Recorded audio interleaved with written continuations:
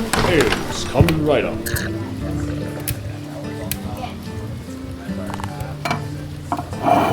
Hello, and welcome to the BRB. Please, have a seat. You're just in time for Tavern chatter.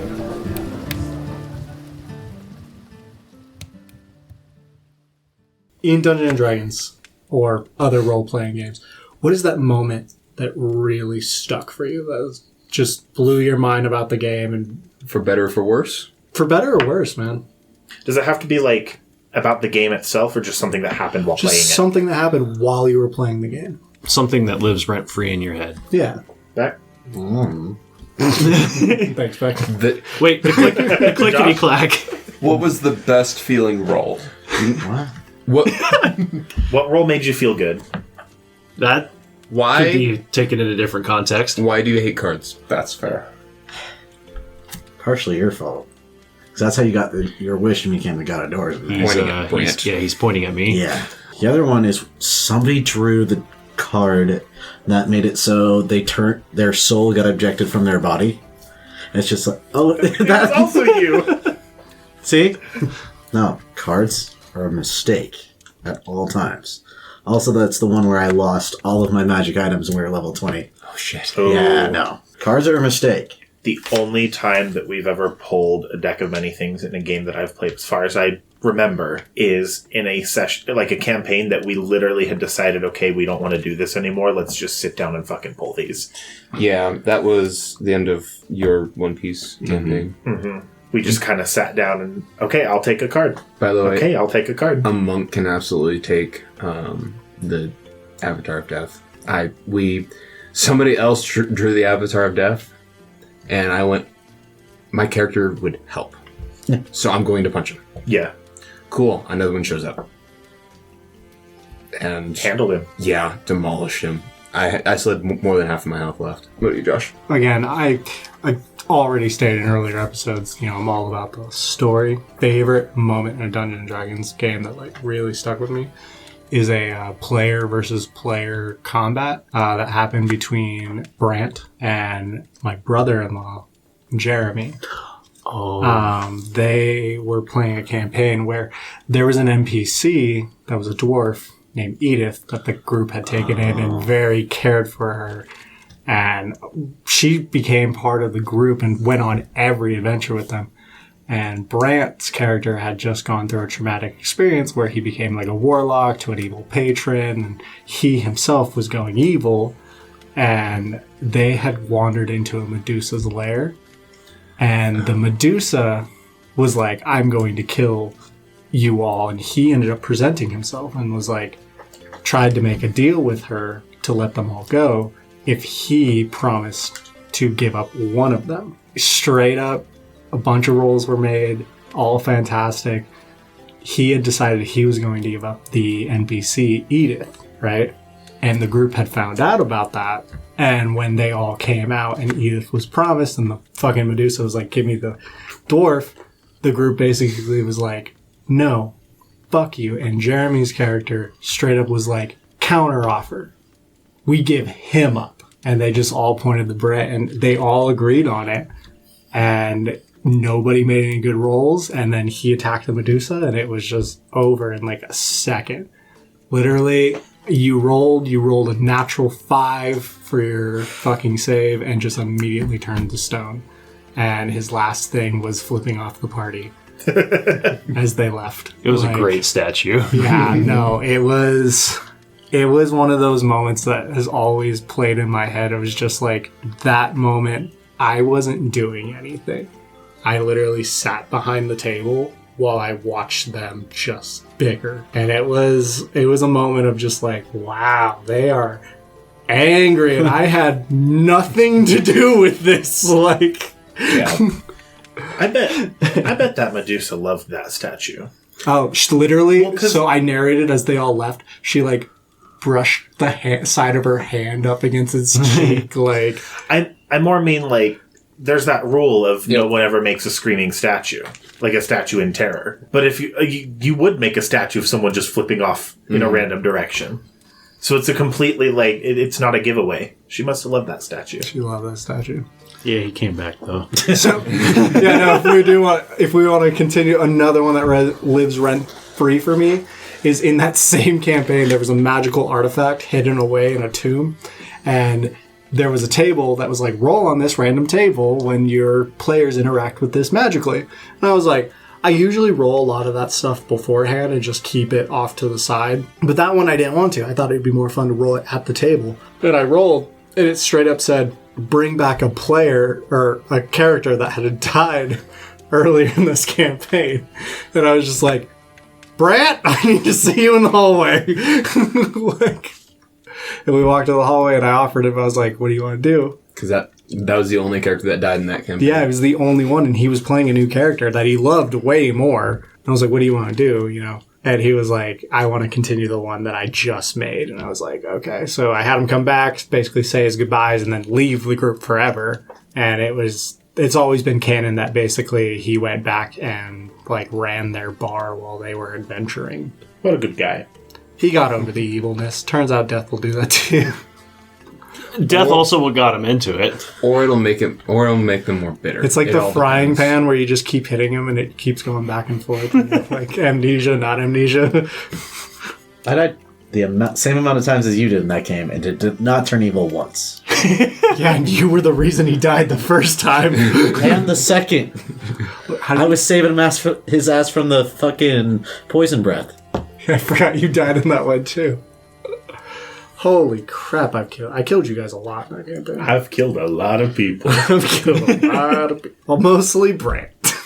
I've killed Brant a lot of times. Yeah, you have killed Brant a lot of times. A lot of Brant's people. Even as a player character. I can get you killed as a player character. No, you got me dropped to 0 hit points a lot. Yeah, but that's not... That's not dead. Okay, fine. Not dead. You're fine. I only got you maimed, not killed. Yeah, but do you remember the campaign where we played Brothers and you got to be the hero and everybody saw me as just this You're just the poser. Oh, wait. I was just a vagabond following you around, following your coat trails. No, the best part was and we see the hero and the drow. And the drow. It's thanks guys. Drow. I'm really upset that I played a half drow. Do you have one? I was a half drow too. Yeah, why were you the hero, you bastard? I don't know. I literally saved more people than you. Because it was a competition at that point. It did. So when I started saving people.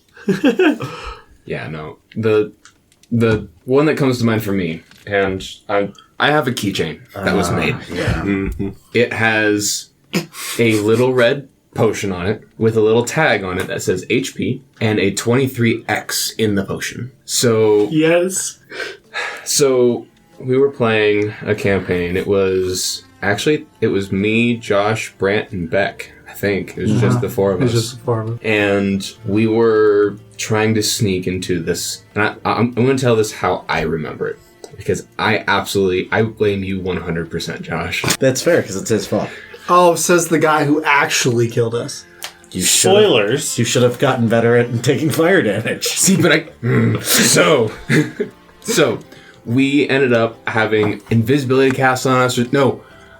I think I used a pass without trace. Mm-hmm. Yeah. I used pass without trace to try to get us in there. And then Josh ended up going around. And he had this magic paint set that whatever he drew became true. Became the thing. And so he ended up painting a door onto this. We couldn't get around to You wily the place. coyote'd us. Yeah. We couldn't get around to where we wanted to get, where we were trying to investigate. So while we're all in the middle of this compound, hiding, Josh ends up going over and painting a door and then opening up the door. At that point, what the DM had planned for 2 encounters became 1. And everyone instantly saw that, holy shit, there's a fucking door there now. And To be fair, I just want to say this. I rolled so high on stealth. I was a rogue with passive without a trace, and I didn't do it in the open. We picked an area that... Well, you were separated from everyone else. That's all. I don't understand why everyone saw us. But anyway. Right. So, open up the door. All of a sudden, holy shit, there are people here. 2 encounters. Roll initiative. We did not do well. And so I was playing the cleric at that point, the arcane, or not the arcane, the trickster cleric, which is where the Pass Without Trace came from. Beck's character at that point ended up going through the door. He was playing a squishy wizard that just did not want to be in combat because he's going to die. He was a goblin wizard. Yeah. So he ended up hiding in crates that we were trying to investigate. The crates ended up getting carried out.